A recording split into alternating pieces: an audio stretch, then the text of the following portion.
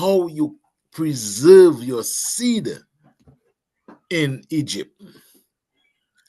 That promise that you made to Abraham, how you kept it alive. Thank you for doing that. And as we study that, we get to understand you better and love you more, is my prayer in Jesus' name. Amen. Amen. Are you coming on video? Yeah, I'm All coming right. on Live video. live stream is already on, so roll. Yes. I need spotlight. I need spotlight. I need to be spotted. Good afternoon and welcome everyone. Those on Facebook, we're happy to have you. Those who listen to us on YouTube, good afternoon. And it's a joy to have you on this afternoon. We are going to be looking at the promise, how God kept the seed in Exodus, how God kept the seed in Egypt. And in the book of Exodus, I grew up looking at the book of Exodus just as a story, how God, the Ten Commandments, and how God, the slavery, delivered them from slavery. Never look at it from the promise God made to Abraham and how he protect that seed. So we go to Exodus chapter 1. We did some of it last week, but I want to go back over it again, but there's some things I want to point out there. And I want to go from chapter verse 6.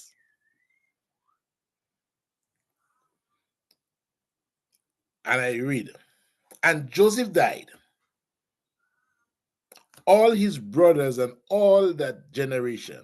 But the children of Israel were fruitful and increased abundantly, multiply and grew exceedingly mighty, and the land was filled with them. Now there arose a new king over Egypt who did not know Joseph. And he said to his people, look, the people of the children of Israel are more mightier than we. Come, let us deal shrewdly with them, lest they multiply. And it happened in that in the event of war that they also join with our enemies and fight against us and go up out of the land and go and so go up out of the land. Therefore they set taskmaster over them to afflict them with their burdens, and they built for Pharaoh supply city in Pidon and Amish. But the more they afflict them, the more they multiply and grew, and they were in dread of the train of Israel, or they was afraid of the train of Israel. So the Egyptians made the children of Israel to serve with rigor,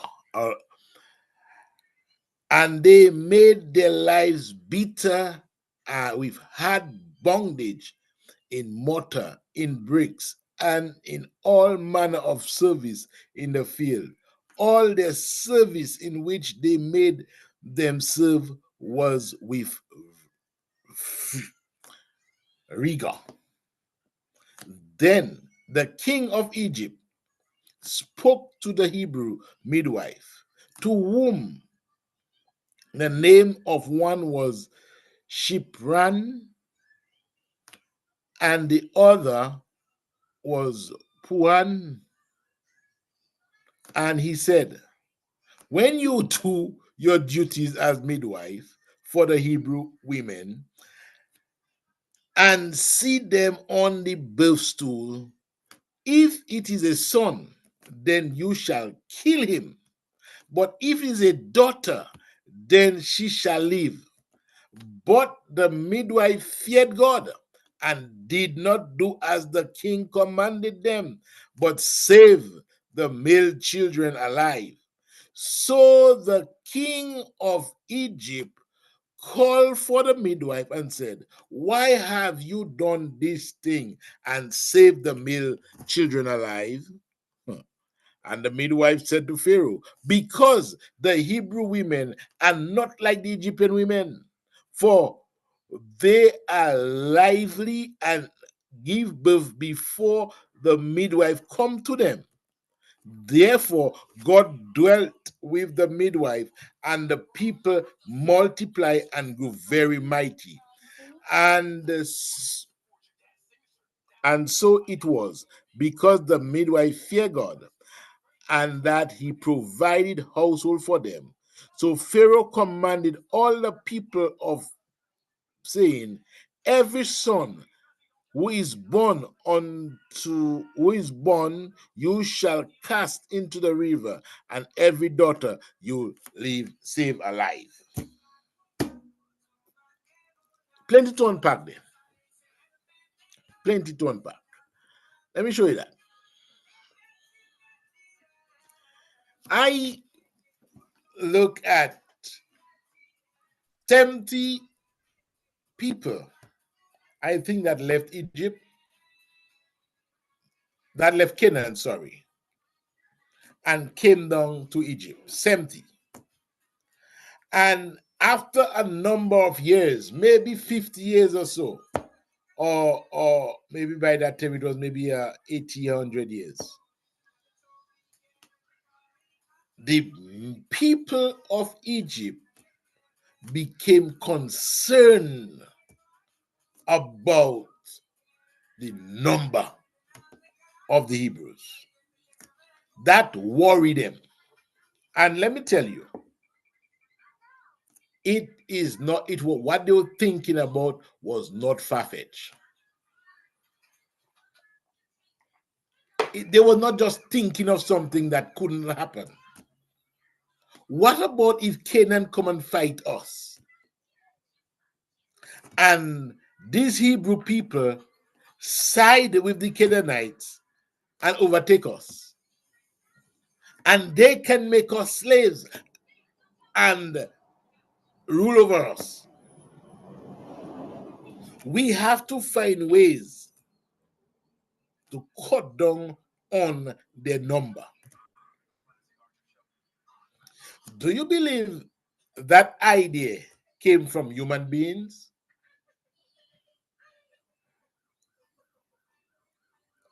While you're thinking, I'll tell you no.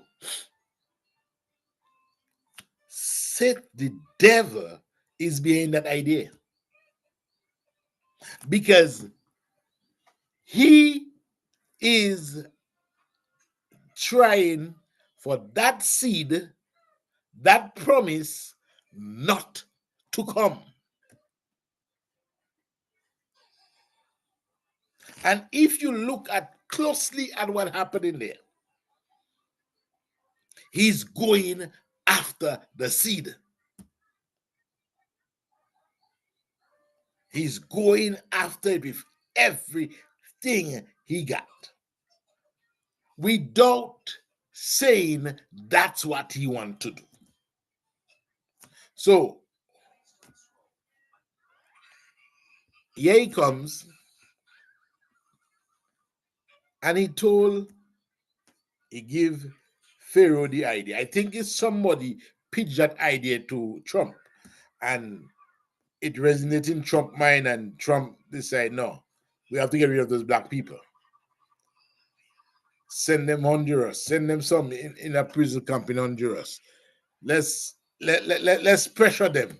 Let's get some police to kill them out one by one. But what the more they afflict them, the more they multiply. Why were they multiplying so? Anybody answer that? Why were they multiplying like that? God made them fertile. God made them fertile. God promised that your seed will be as the sand of the sea. You have children like the sand of the sea. So in order for that to happen, woman have to be fertile.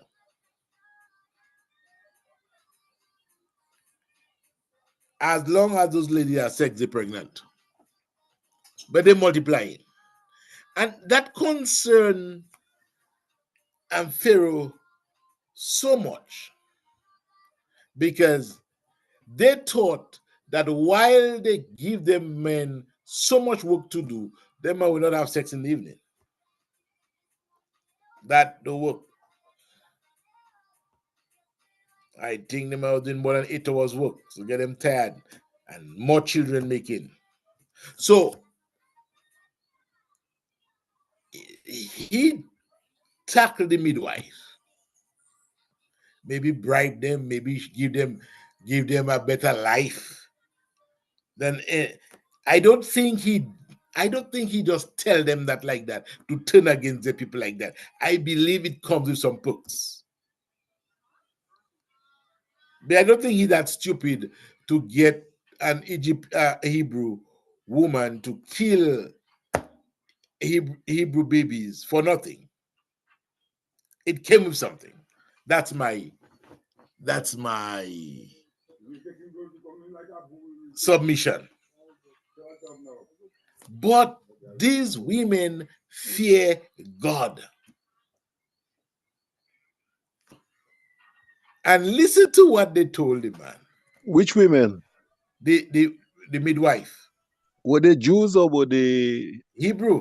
Egyptians? Hebrew women. Hebrews. The king spoke to the Hebrew midwife in verse 15. They fear God. And they did not do that. But listen to the excuse they gave Pharaoh. The Hebrew women is not like the Egyptian woman. By the time they call us, the child is born already. True, false, or indifferent, it's a good excuse. He's a liar. They had to save themselves. And that was that's a perfect lie. Aha, for the legalists now.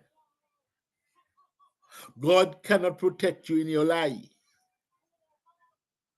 But look at what happened. Look at what happened. Therefore, God dealt well with the midwife. That's why You know Pharaoh, why?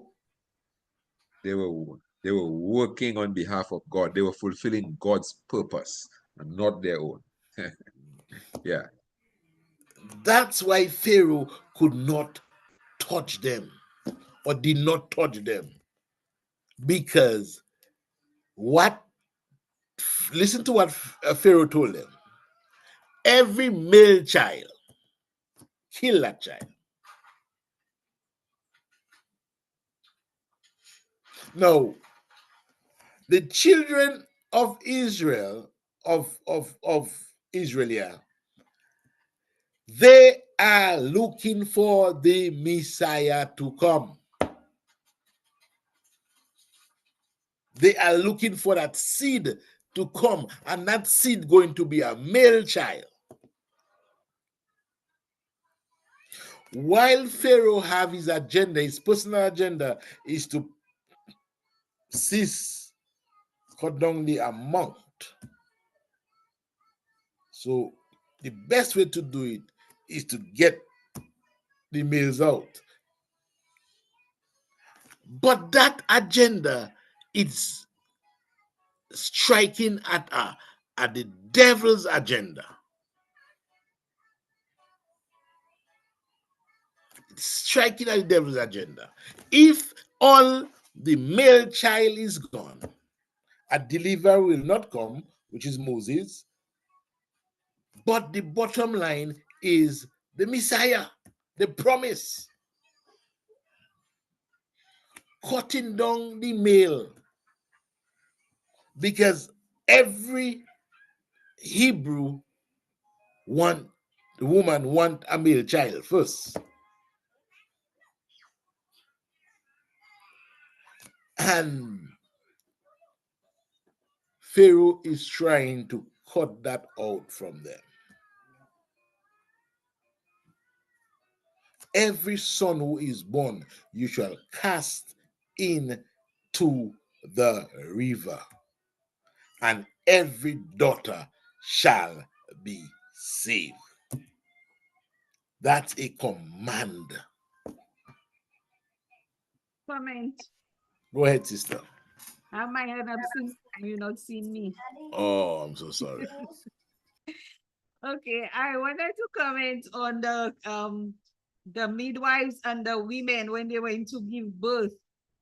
I'm thinking, I'm saying maybe if it was now, it would have taken longer because of the way people have to give birth. They may have had some who needed to have cesarean section and stay longer, but that was not the case. You see, they were using birth stool, which is more or less like a squatting kind of position. So babies were born quite quickly because of the position that these women were. So it kind of be fair to the midwives that they were not lying when they said by the time they get there, and to think that the women have already given birth. So I don't think they were lying in saying that. I believe that was the truth. So that's my comment. Figure why you say you're lying. Oh, no, I like what Sister Rose said as well, but I do not think it was a case where, where they repeatedly, because not every woman would give birth at the same rate, at the same pace. Some women's bodies would be stronger than others. Some will have a little more difficulty, more challenges. Them midwives. So it could happen in a few cases, but I don't think that was the general case. I think what happened, the midwives, and the Bible says it, they feared God. They feared God. And that So they had to make an excuse as to why the girl children were kept alive. is the key to know that it was a lie. Because Because the girl children were all them were born alive. that's right. That is the key because they feared God. They could not do that. So when Pharaoh asked why, they had to give Pharaoh something to hold. They had to give him a stone to hold. The galley is an empty. So that's how I see it, Sister Rose. Thanks for that submission. But I want to say something on what Sister Rose said, and we were talking earlier on before the program started about health and about coconut oil and those things. The natural childbirth that she's referring to there that is so very true as well. What you may find is that in a more developed society like Egypt, right, compared to a more primitive one like Canaan, where Jacob and his family live, what you would find is that you would have things occurring on a more natural level, including childbirthing. And I went through that myself before the birth of my son. I chose to we chose to go the natural childbirth way, and we had a midwife, somebody like Tata in somebody like Tata in Benz, come to our home, and so I understand the natural childbirth thing. It does work to the advantage of women, so that's also enough to consider that the midwives would have been, there would be more natural childbirth methods with the Hebrews than with the Egyptians. I yield. Thank And you so much. Go ahead. and before to say that the position of the birth stool, which is more or less like I say a squatting position, that will even have made it easier than a woman who's lying down. I cannot say nay, I can say ye.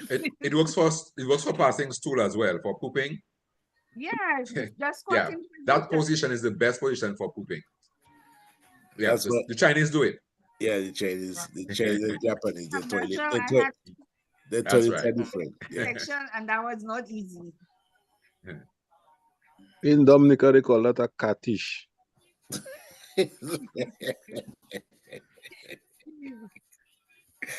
And that's uppy. No, chapter two. Chapter two.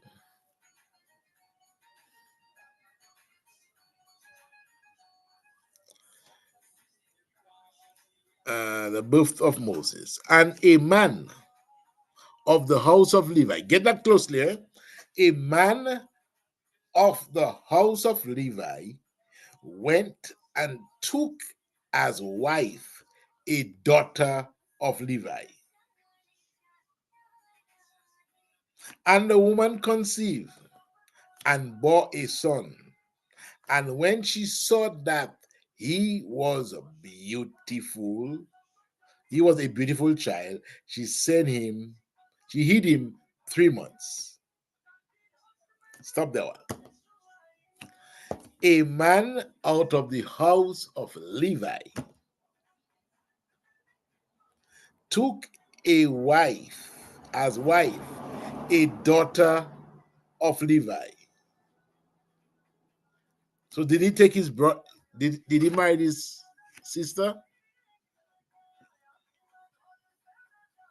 His cousin, possibly, could be his yeah, it could be his cousin, could be his niece, any of those, because it could be children of brothers' children, or brothers' grandchildren. Because the family was growing, eh? But those were close relatives for sure. Exactly. But Close what they were, relatives. the instructions they had, they couldn't cross tribe marry, so they had to marry within there. So the sons of Levi, they would take to the Levi daughters, Judah, and so on and so on and so forth. So they were very likely to be relatives. That's right. So that is how close from Abraham that child is.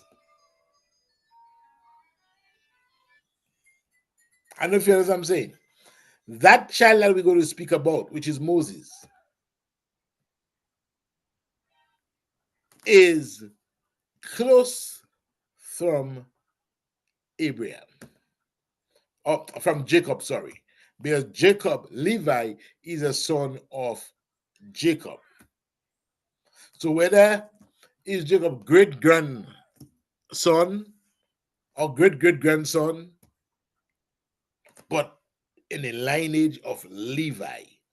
Why Levi? We'll come to that. But when she could not no longer hide him, she took an act of somebody help me with that bulrushes Bulrushes. for him, daubed it with asphalt and pitch, put the child in it, and laid it in reed by the river bank. And his sister stood afar off to know what would be done to him. Then the daughter of Pharaoh came down to bath at the river, and her maiden walked along the riverside. When she saw the ark among the reeds, she sent her maid to get it. And when she opened it, she saw a child, and behold, the baby wept. So she had compassion on him and said, "This is one of the Hebrew children." Then his sister said to Pharaoh's daughter, "Shall I go and call a nurse for you from the Hebrew women, that she may nurse the child for you? And Pharaoh's daughter said to her, Go. So the maiden went and called the child mother. Let us pause there. And I tell you, God have a sense of humor. How God operate. Why God couldn't just take that child and let the mother bring the child to Pharaoh's house and they take care of the child. But that had to go through a thing where she had the child for 3 months in the house, and then she recognized she cannot keep that child no longer in the house. So put that child in the river, and night time will go for that child. The little girl there to feed the child and make sure the child okay. And bam, I don't know if the mother are telling the girl what to say, but words came to her, and I think it was the Spirit of God impressing upon her to tell the lady, can I go and get a nurse for you? Now, why I believe it has to happen that way, it has to happen that way, because it's human being we're dealing with. And humans will behave like humans. While that story is unfolding, the mother, the daughter, the sister, and Pharaoh's daughter don't know the end of the story. We know it because we read it before, but they don't know what is coming next. So they have to behave normally. What is in their power to do? Compassion upon a little child. A woman, maybe if it was one of those men that saw the child, maybe they would follow the king advice and just kill the child. But no, they did not do that. They could not. She could not do that. And what happened was that she felt a compassion for that child and could not do what the king wanted to do. But every man have a soft heart for his daughter.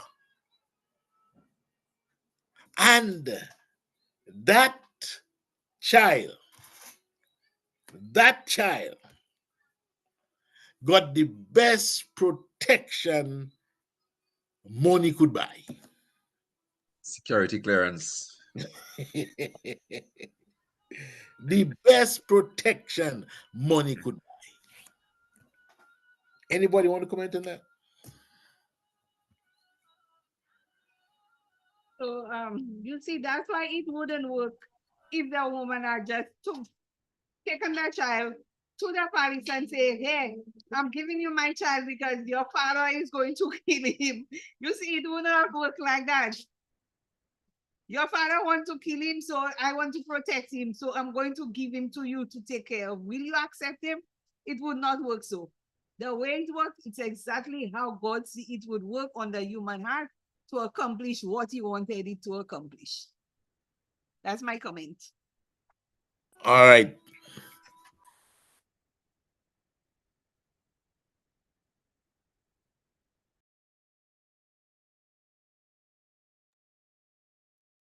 You muted.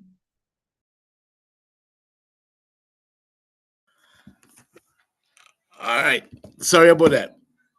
So you're right. It wouldn't have worked that way. God is human beings he's dealing with. And he works with what we have. We are instrument one way or the other, whether for the good or for the bad. Satan is using Pharaoh But God is using even Pharaoh's daughter to protect the seed, to protect the promise, or to keep the promise going, because God promise will come through. Will come through. No man can put an obstacle in God's way. Let's continue, figure.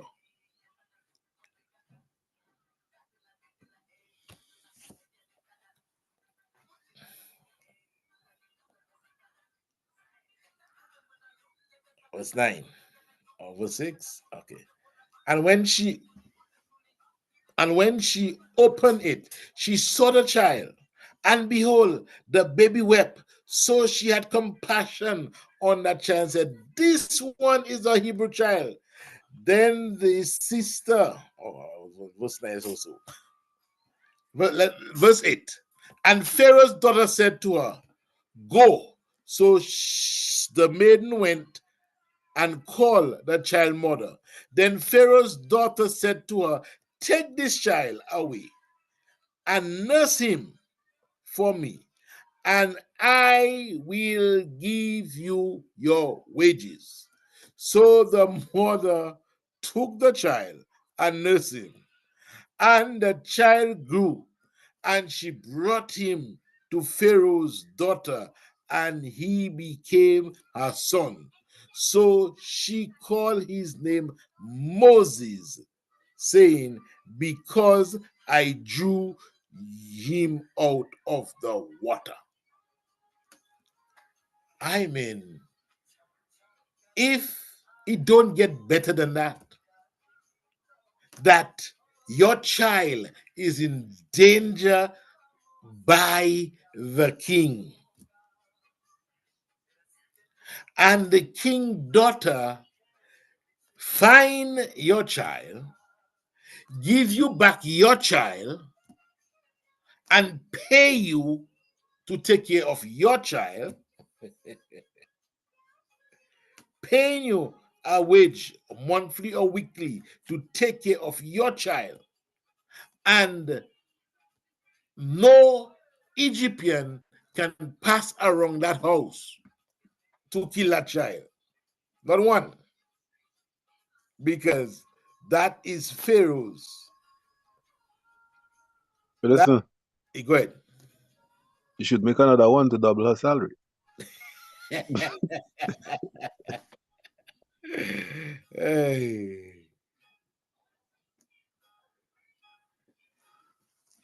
That, I mean, think, just look, what I saw with this story from Abraham. God talked to Abraham. God spoke to Abraham. Then Abraham and Isaac, he spoke to Isaac. Then Isaac had Jacob and Esau. He spoke to Jacob. Jacob had 12 boys, but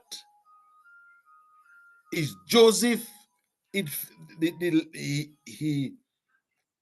that the Lord fell on.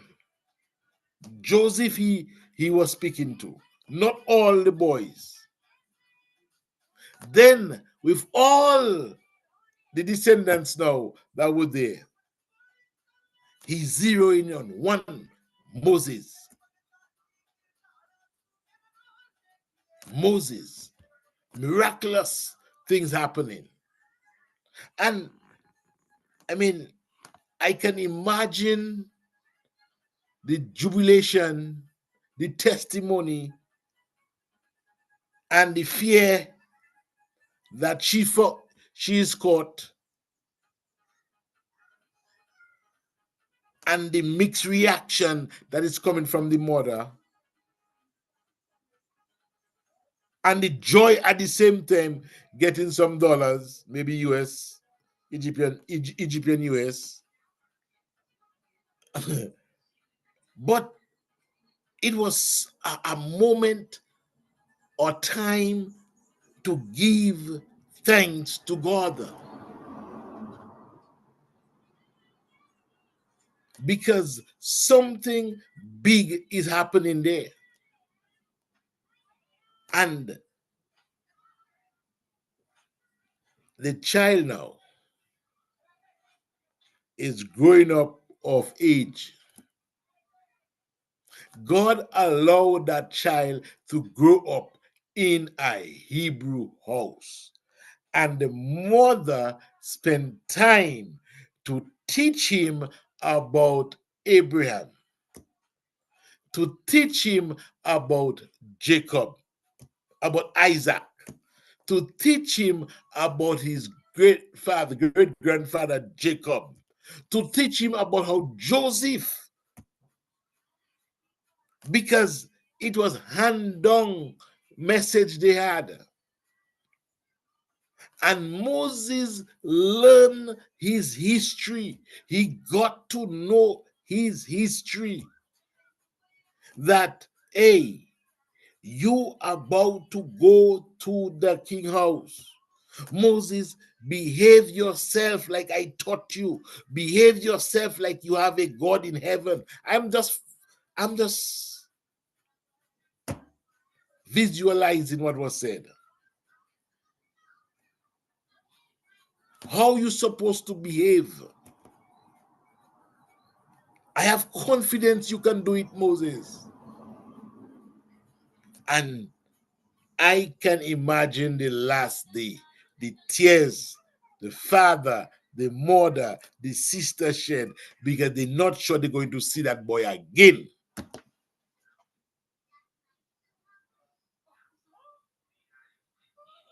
I hope you're getting the picture that I'm bringing out. Anybody want to add to that? If nobody adding to it, let's go to the next verse.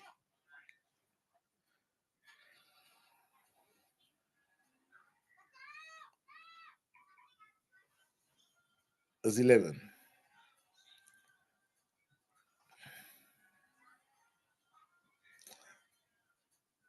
Now it came to pass in those days when Moses was grown that he went out to his brethren and looked at their burdens, and he saw an Egyptian beating a Hebrew, one of his brethren.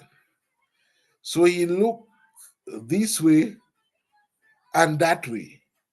And when he saw that no one, he killed the Egyptian and hid him in the sand. And he went out the second day. Behold, two vagabond men from Hebrew were fighting. And Moses said to one who did the wrong, why are you striking your companion? And he said, who are you? Who made you prince and judge over us? Do you intend to kill me as you kill the Egyptian? So Moses feared and said, surely this thing is known. When Pharaoh heard of this matter, he sought to kill Moses, but Moses fled from the face of Pharaoh and dwelt in the land of Minad, and he sat down by the well. And now the priest of Minad had 7 daughters, and they came to draw water, and they filled the thought of water their father, they filled the thirst to water their father's flock. Then the shepherd came and drove them away. And Moses stood up and helped them and watered their flock. When they came to Reuel, their father, he said, how is it that you have come so today? And they said, an Egyptian delivers from the hands of the shepherd, and he also draw enough water for us and water our flock. So he said to his daughters, and where is he? Why is he? Why is it that you have left the man? Call him that he may eat bread. And Moses content to live with the man, and he gave Zipporah his daughter to Moses, and she bore him sons, and he called his name Gershom. And he said, I have been a stranger, a foreigner in the land. Hey, Claude, Two observations. how I know is just going to talk on that first. Go ahead. When Moses was in the little pui they made for him, the Egyptian woman identified him as a Hebrew. Now, The fast forward that later he goes to Midian, and the daughters identify him as an Egyptian. Wow. So, what I'm trying to work here is the skin color I'm trying to work there. Or did he carry with him the Egyptian garb that identify him as Egyptian, and the Hebrew, the Pharaoh daughter saw him in a Hebrew garment, Yep. probably something they wrap their collar of their cloth, whatnot, and identify him as so. Can you comment on that a little bit? Why the differences in the two identification? Okay. Anybody? I think Moses, apart from just looks, Moses dressed like an Egyptian because Moses was living in Pharaoh's house. So he had the best clothes. He had the latest garment on because he ran away with what he had. And definitely no Hebrew dressed that way, could afford to dress that way. So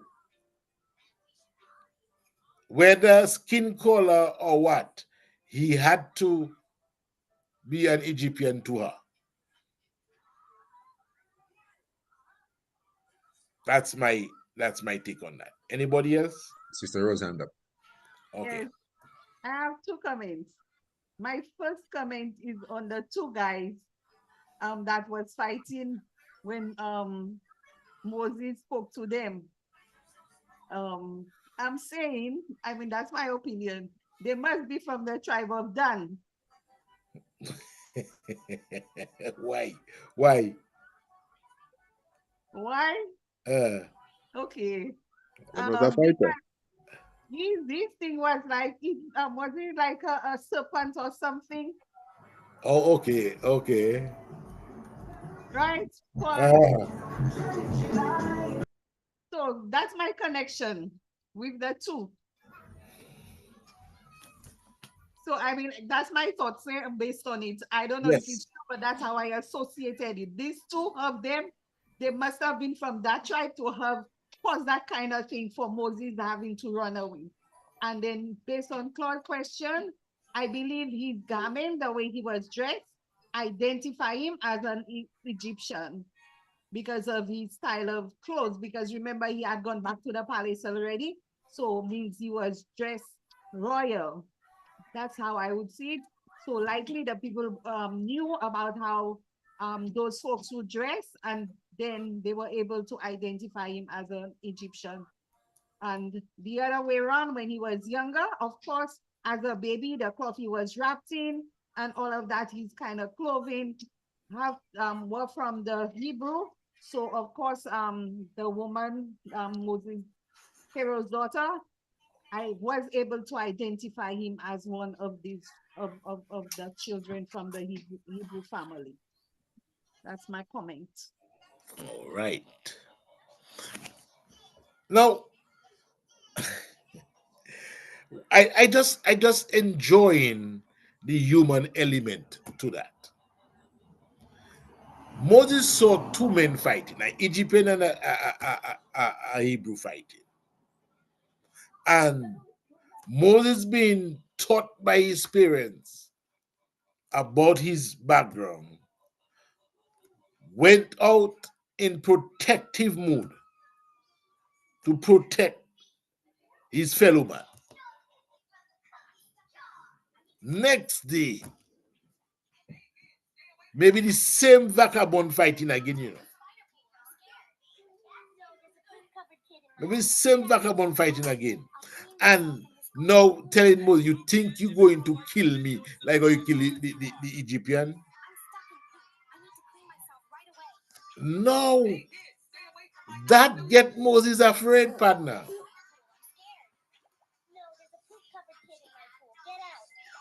That get Moses afraid.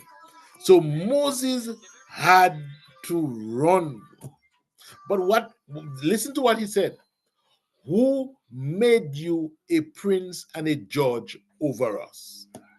Was he prophesying? Because he don't know that he's speaking to the judge and the prince over them. Wow, I like that pickup, boy. That's very interesting. Who made you? Now, I saw what the devil told Jesus this morning. If you are the Son of God, the devil knows that Jesus is the Son of God. So forget that. The devil knows that. But there is putting that pressure on Moses. Who made you a judge? Now, if you are a judge and a prince, you have to run. Get out of here. Go and regret that you even try to defend those people. But look at how, go back to Joseph. Joseph being sold into Egypt. Look at the favor that he got. Moses ran away and sat down by that well. And those girls come in there looking so nice, and Moses a man, he looking at woman. Some people doing bird watching, Moses doing woman watching. And while he's there doing his woman watching, those men come in there and bully them women.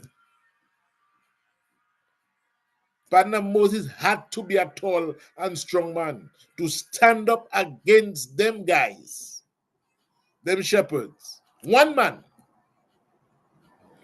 And I can imagine telling them women was there first and they get in the water before you. Whether it's 5 or 6 men, they stood there and they talk and they cannot touch Moses.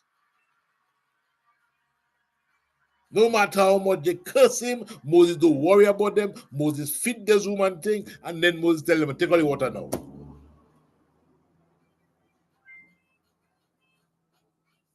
Now, them ladies happy, but they still don't bring him at home because they know their father don't want man to come by them like that. But when they gave the father the story, why all you leave the man? Go for the man. I can imagine on they were saying, boy, how come daddy's so nice? Well, the man did it well, so bring him. Wasn't the instruction from God that you should not marry a stranger? The figure that's for you. I have my hand up. Okay, I didn't see that figure.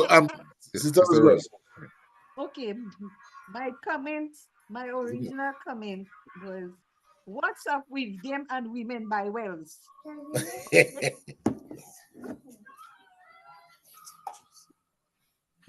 It was first Jacob and Sister women Rose, by, you beat me to it. and then look, Moses coming fall in line with women by well again. Okay, that was my comment. That's my comment, honestly. Let Pastor Fabien answer the rest.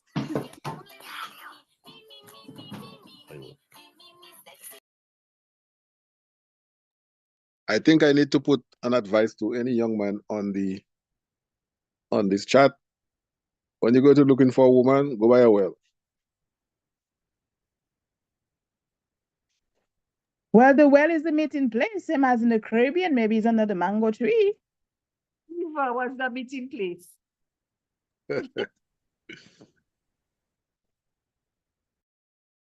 So the well is the meeting place.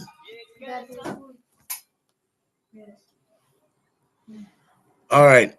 Figure, my question.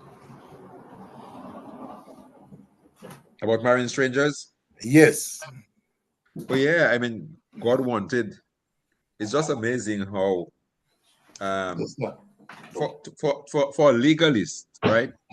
When a legalist looks at the law or something God says, as I always say, people try to judge God by his law and say God can never do this and God will never do that.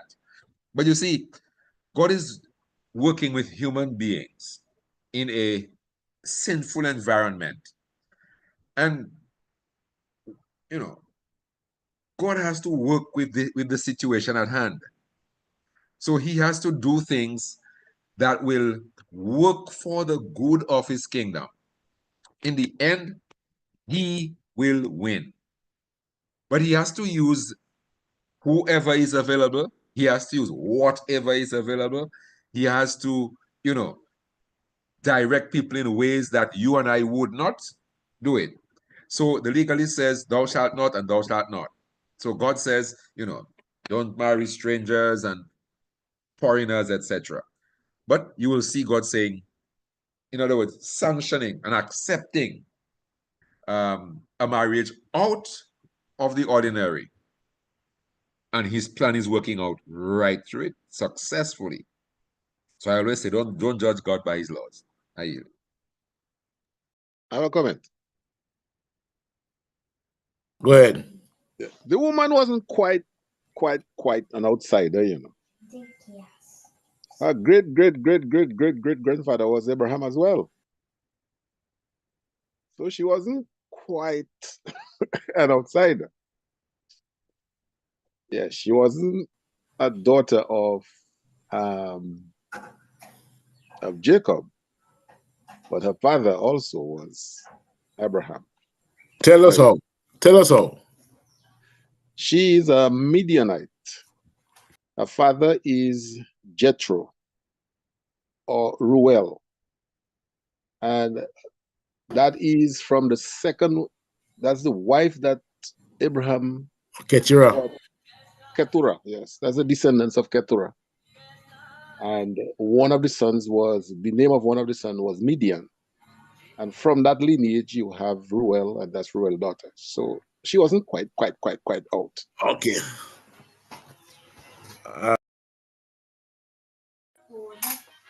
Good. That's good. I did not catch that. Thanks for and she said, God said, my ways are not your ways. That is so true.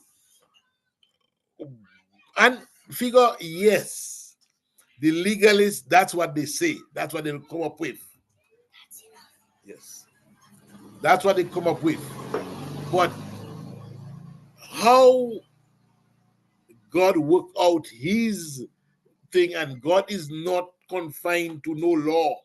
God is not confined to, God will bring forth what he bring forth. Because look at that. The man, all men need a woman.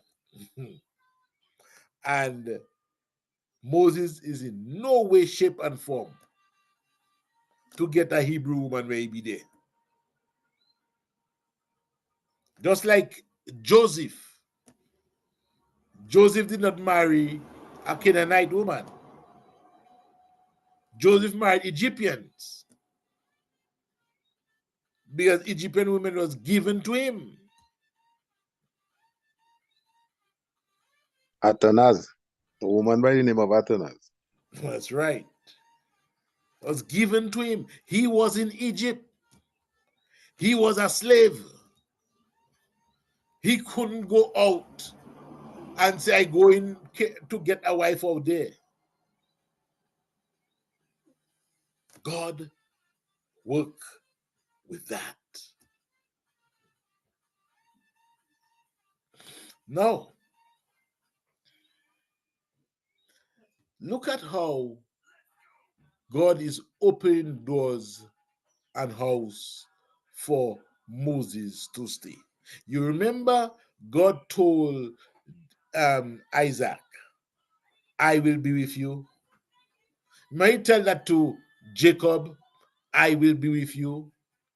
And he told Joseph, I will be with you.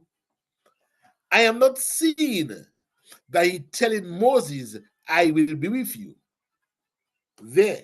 But he's showing that he is with Moses. And it's like Moses now is carrying on the baton that Jacob left, Joseph left, and he's carrying it on now. But look at how far he is away from the rest.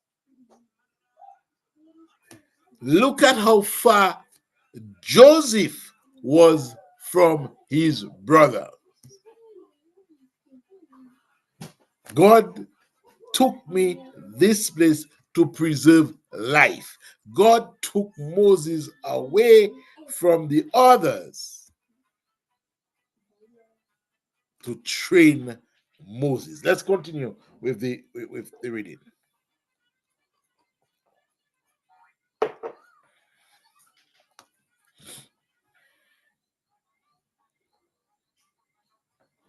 Now, verse 23.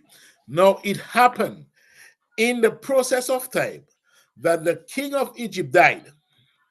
Then the children of Israel groaned because of the bondage, and they cried out, and their cry came up to God because of the bondage. Honestly, I don't like how that is written. And I want us to I want people to help me on that. Like the cry is because of the cry, God heard them. When God had already said that you will be in Egypt for 430 years. Ezekiel. So when you finish, I would like more on that. So God heard their groaning, and God remembered his covenant with Abraham, with Isaac, and with Jacob.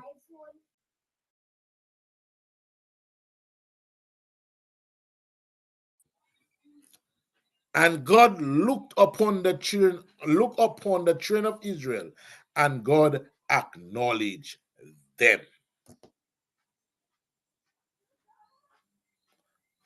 Now, was it because of their cry?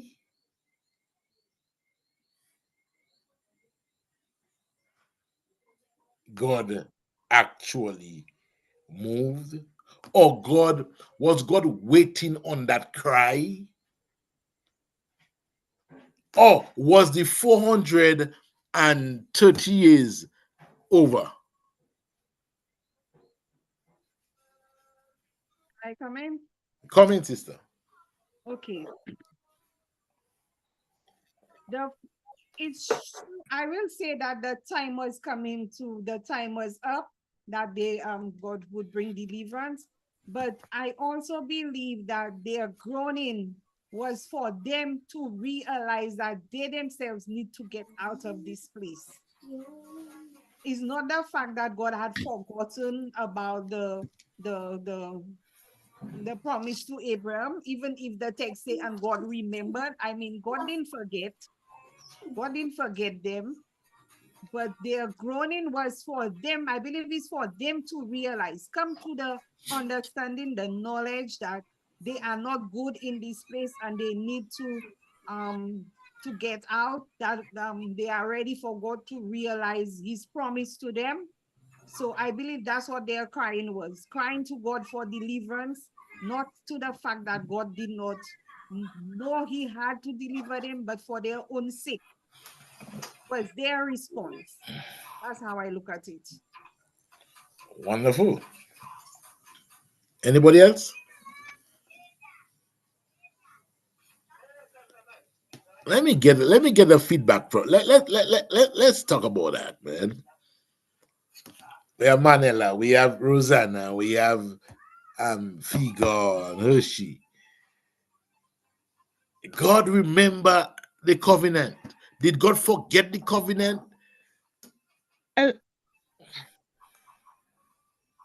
Ellison, I'm just gonna say something about that covenant because I'm there thinking and I'm saying, did God forget? God is God. God does not forget. God, every promise that God gives, He knows, He remembers. But it's when the time has come, or when the time is come, God delivers. They may have been in bondage for all these years, and yes, they were under bondage, under slavery, whatever they were doing. Maybe they had even forget that God even existed, right? But God had made a promise to Abraham, and he was going to fulfill that promise. So at his time, at his appointing time, when he said it was time to set them free, he did what he had to do. All right. That is a perfect place for me to come in with that. And figure maybe you can help me on that. The word in the Bible is not inspired. The thought is inspired. Because if the word was inspired, cannot change. The thought that come out of that, the inspiration that is coming out of that, is that God act upon the covenant. The thought you can get from that is that now the children of Israel are ready now. They understand they need to get out.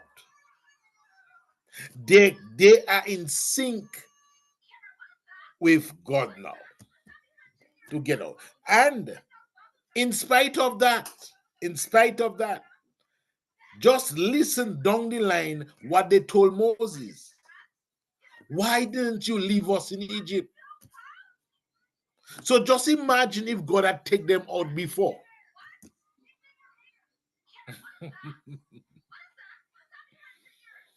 Even though they cried to get out of that bondage, even though they behaved like they were ready to go, when rubber reached the road, they tell Moses, you shouldn't take us out in Egypt. It had enough graves in Egypt. We could die there and be buried there. Go back.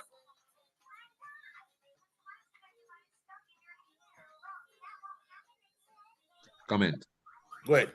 I think the word remember is often used with of with God to signify the fact that he is a God who keeps his promise.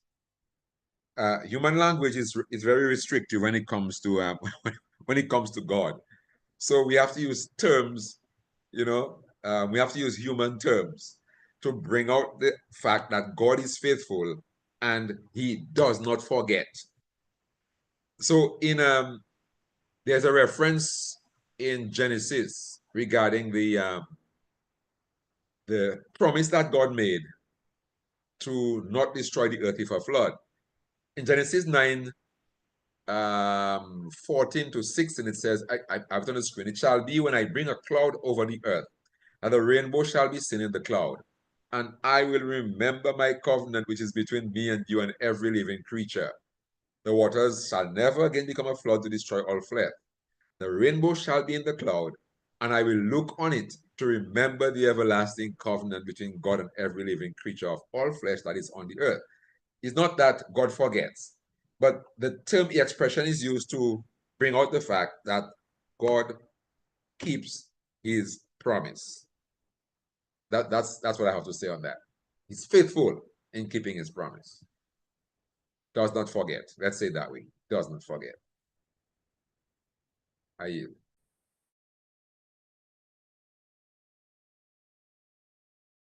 Are you muted?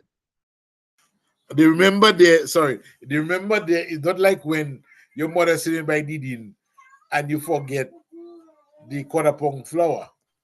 Exactly. And after, oh, I remember that. Okay. So we ended on that here. But I see that in the fullness of time, when the time was right, that God stepped in to do what he did. Because what I'm looking at is, in spite of all the cries, in spite of all the hardship, the devil did not allow them just to enjoy their freedom. He even let them think of wanting to go back to the hardship. The hardship was better than what God was giving them. And we'll come to that. But I just want us to remember that part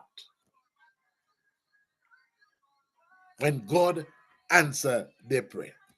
You see, in keeping with the promise that God made to Abraham,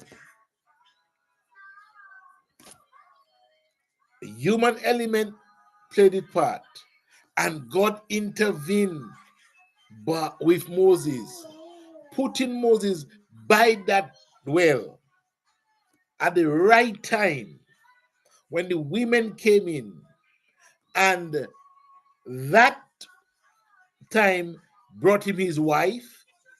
That also brought him Jethro as the help to tell him, you need to divide the group. I mean, it was just God appointed time. Moses couldn't have calculated it on his own to say he will be there at that time. It was not coincidence. It was blessings of God. It was not coincidence that he had to run away, because God did not want him to stay a day longer in Pharaoh's house, because that was not his final destiny. God wanted him there, that he would be accustomed to Pharaoh, that he would know Pharaoh, that he would know how to speak to the king, that he would have that diplomatic thing with him. God wanted that for him, but God did not want him to get so accustomed to it, and so he had to go. And he did not go in a fame of glory. He maybe ran by night because he was afraid for his life. All keeping with the promise that God told Abraham, I will make you out of you a great nation.